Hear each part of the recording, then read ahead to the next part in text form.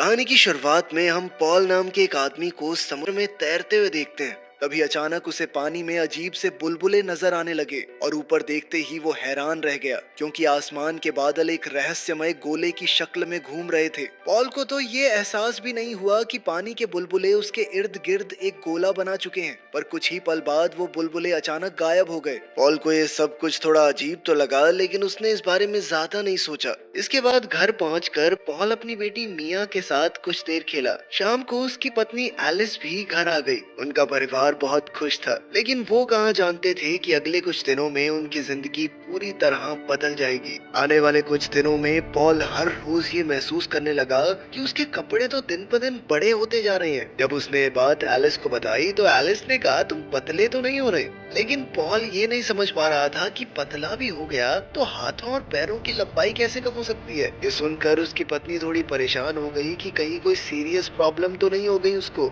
उसने पॉल से कहा कि जल्दी से डॉक्टर को दिखाओ आप, जिसके लिए पॉल भी तुरंत मान गया। डॉक्टर ने उसका पूरा चेकअप किया और हाइट मापी। और जब डॉक्टर ने बताया कि अब उसकी हाइट सिर्फ 176 सेंटीमीटर रह गई है तो पॉल बहुत ज्यादा चौंक गया। उसने कहा कि जवानी से अब तक तो मैं 180 सेंटीमीटर का था, 4 सेंटीमीटर कैसे कम हो सकता हूँ मैं। फिर डॉक्टर ने कुछ और सवाल पूछकर ये नतीजा निकाला कि शायद ये बढ़ती उम्र का असर है, पर पॉल को इस बात पर बिल्कुल यकीन नहीं हुआ।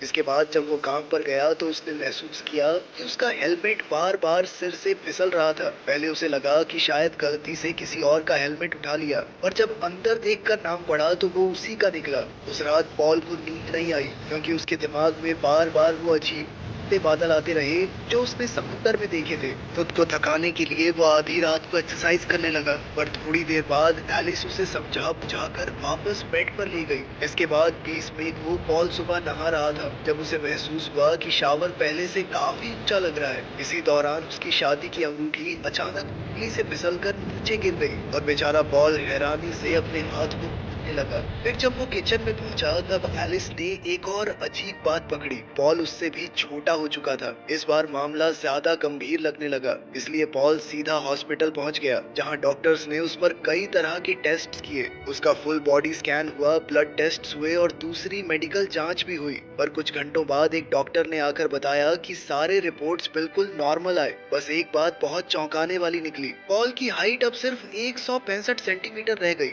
और उसका वजन सिर्फ 63 केजीज पर आ गया था। यानी बस कुछ ही हफ्तों में वो 15 सेंटीमीटर और 10 किलो कम हो गया। सबसे बड़ी परेशानी तो ये रही कि डॉक्टर ने अपने पूरे करियर में ऐसा केस कभी नहीं देखा और उसके पास इस अजीब घटना की कोई साइंटिफिक एक्सप्लेनेशन भी नहीं थी। लेकिन उसने इस बात को मान लिया कि पॉल का शरीर लगातार छोटा हो रहा है और मुमकिन है कि यह सिलसिला आगे भी चलता रहे। इसके बाद पॉल पर और भी टेस्ट हुए, लेकिन हॉस्पिटल की वो खून से भरी लैब और बादलों में वो गोला सा बनना, वो सब कुछ उसके दिमाग में 24 घंटे चलने लगा। पॉल अब पहले से काफी परेशान रहने लगा था। एक और डरावने सपने के बाद जब पॉल हॉस्पिटल में जागा तो उसने तय कर लिया कि वो यहाँ अपना वक्त बर्बाद कर रहा है, इसलिए वो हॉस्पिटल छोड़कर घर लौट आया। पर घर पहुँचने के बाद भी उसका ध्यान हर वक्त अपनी घटती लंबाई पर ही अटका रहा। हालत ये हो गई कि जब वो कुर्सी पर बैठता तो उसके पैर जमीन तक भी नहीं पहुंच पाते थे। धीरे धीरे पॉल को लगने लगा कि वो अपने परिवार से भी दूर होता जा रहा है और हॉस्पिटल से आने वाले फोन कॉल्स को भी वो टालने लगा।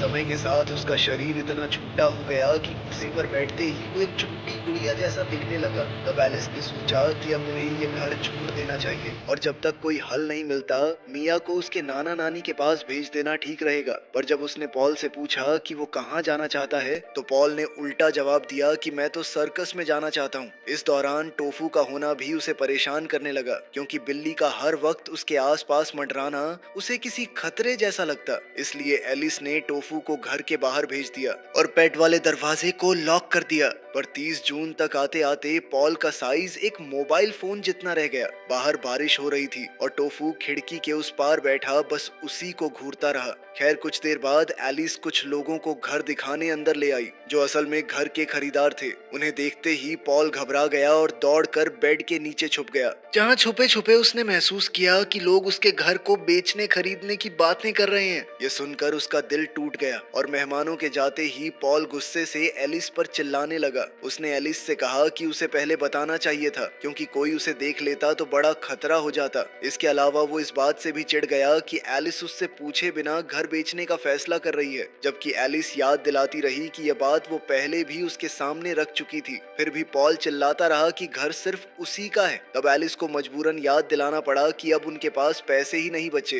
वो अकेले इस घर को नहीं चला सकती और पॉल तो अपना इलाज करवाने से भी मना कर रहा है। उसे समझ नहीं आ रहा वो उसकी मदद कैसे करे। एलिस की यह बात सुनकर पॉल का गुस्सा और भड़क गया। अरे यार, मैं बीमार थोड़ी हूँ, मेरा बस साइज घट रहा है और कोई दिक्कत थोड़ी है मुझे, और डॉक्टर्स ने खुद तो कहा था उन्हें समझ नहीं आ रहा मेरे साथ क्या हो रहा है। और आखिर एलिस का सब्र भी टूट गया। वो इतनी जोर से चिल्लाई कि उसकी आवाज की चोट से पॉल लगभग काउंटर से नीचे गिर पड़ा। पर अपनी गलती समझते ही एलिस ने माफी मांगी और घर से बाहर निकल गई। जब पॉल ने कॉरिडोर की तरफ देखा तो उसे एहसास हुआ कि मिया ने उनकी पूरी बहस सुन ली थी।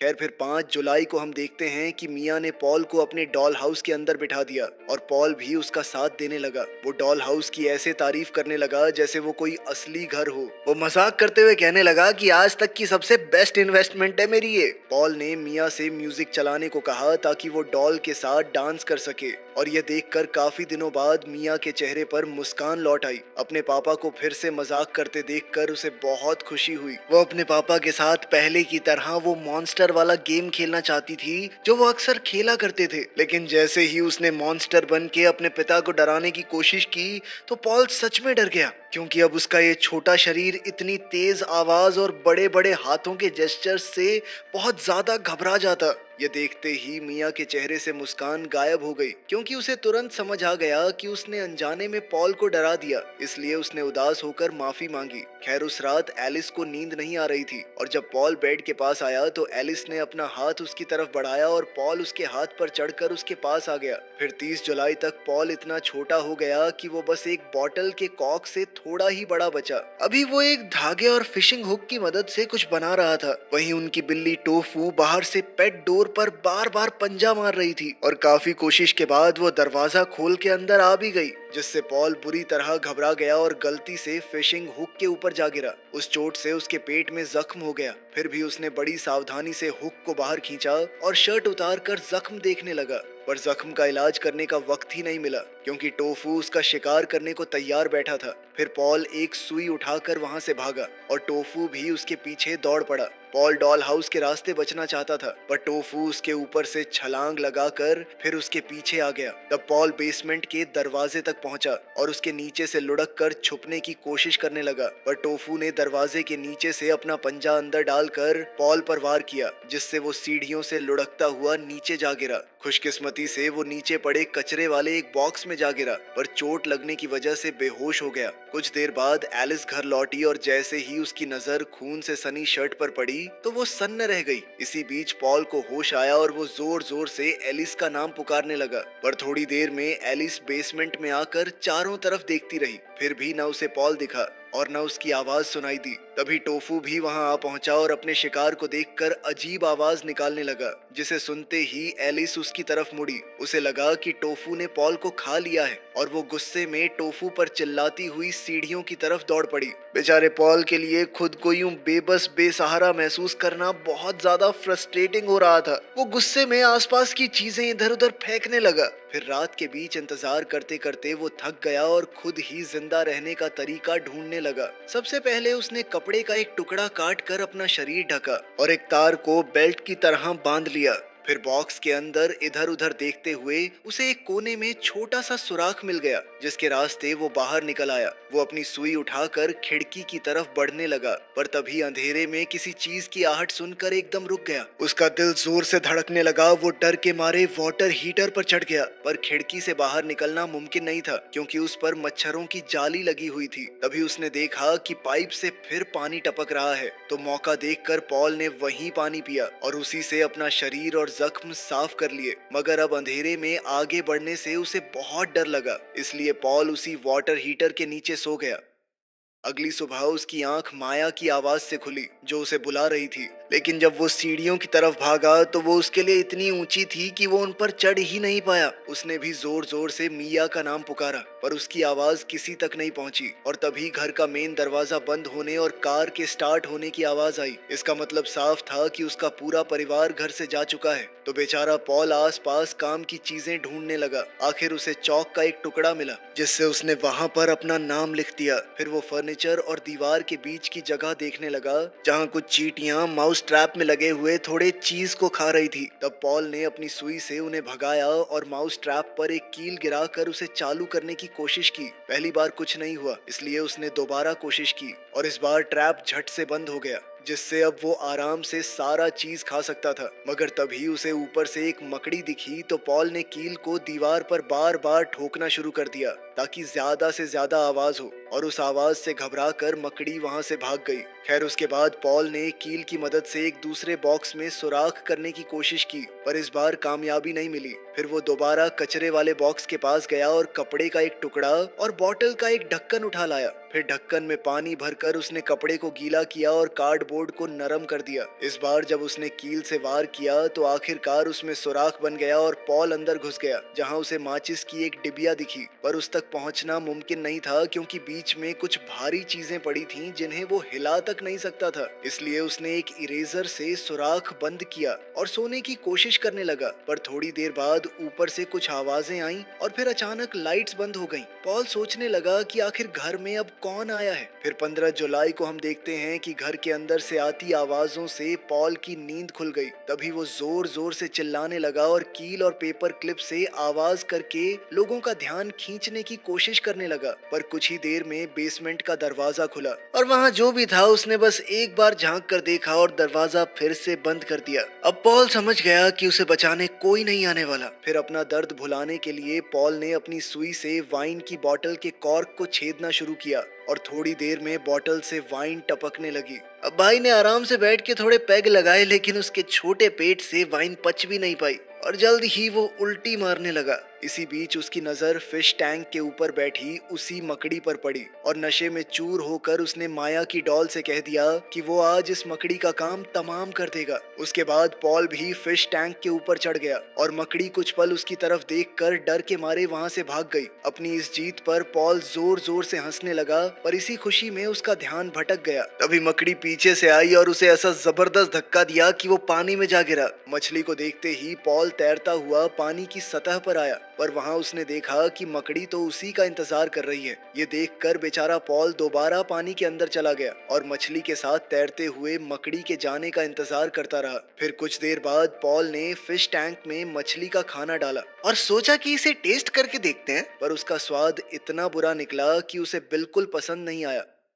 उस रात पॉल वाटर हीटर से बोतल के ढक्कन में पानी भरकर लौट रहा था। तभी उसने देखा कि मकड़ी फिश टैंक के नीचे उसी का इंतजार कर रही है। मकड़ी धीरे धीरे उसकी तरफ बढ़ने लगी तो पॉल ने झट से अपनी सुई निकाली और उसे घुमा घुमा कर मकड़ी को दूर रखने की कोशिश करने लगा। उसने मकड़ी की टांगों पर कई वार किए, फिर भी मकड़ी पीछे हटने को तैयार नहीं हुई। इसलिए मजबूरन पॉल भागकर फर्नीचर के एक पैर के पीछे छुप गया, पर मकड़ी तुरंत उसके पीछे आ पहुंची तो पॉल ने दोबारा सुई से कई वार किए, जिससे मकड़ी कुछ देर के लिए पीछे हट गई। अगले ही पल मकड़ी फर्नीचर के लकड़ी के पैर पर चढ़कर ऊपर से पॉल पर हमला करने लगी, पर पॉल ने एक बार फिर वार किया और तुरंत वहां से भाग निकला। अब दोनों के बीच फिर से चूहे बिल्ली का खेल शुरू हो गया और भागते भागते पॉल फर्नीचर के नीचे केबल्स में उलझ कर गिर पड़ा। मकड़ी फौरन उसके ऊपर चढ़ गई तो पॉल ने पूरी ताकत से अपना बचाव किया और तभी उसकी नजर लकड़ी के एक छोटे टुकड़े पर पड़ी। उसने वो टुकड़ा उठाकर मकड़ी की आंखों पर बार बार दे मारा, जिससे मकड़ी आखिर उससे दूर हट गई।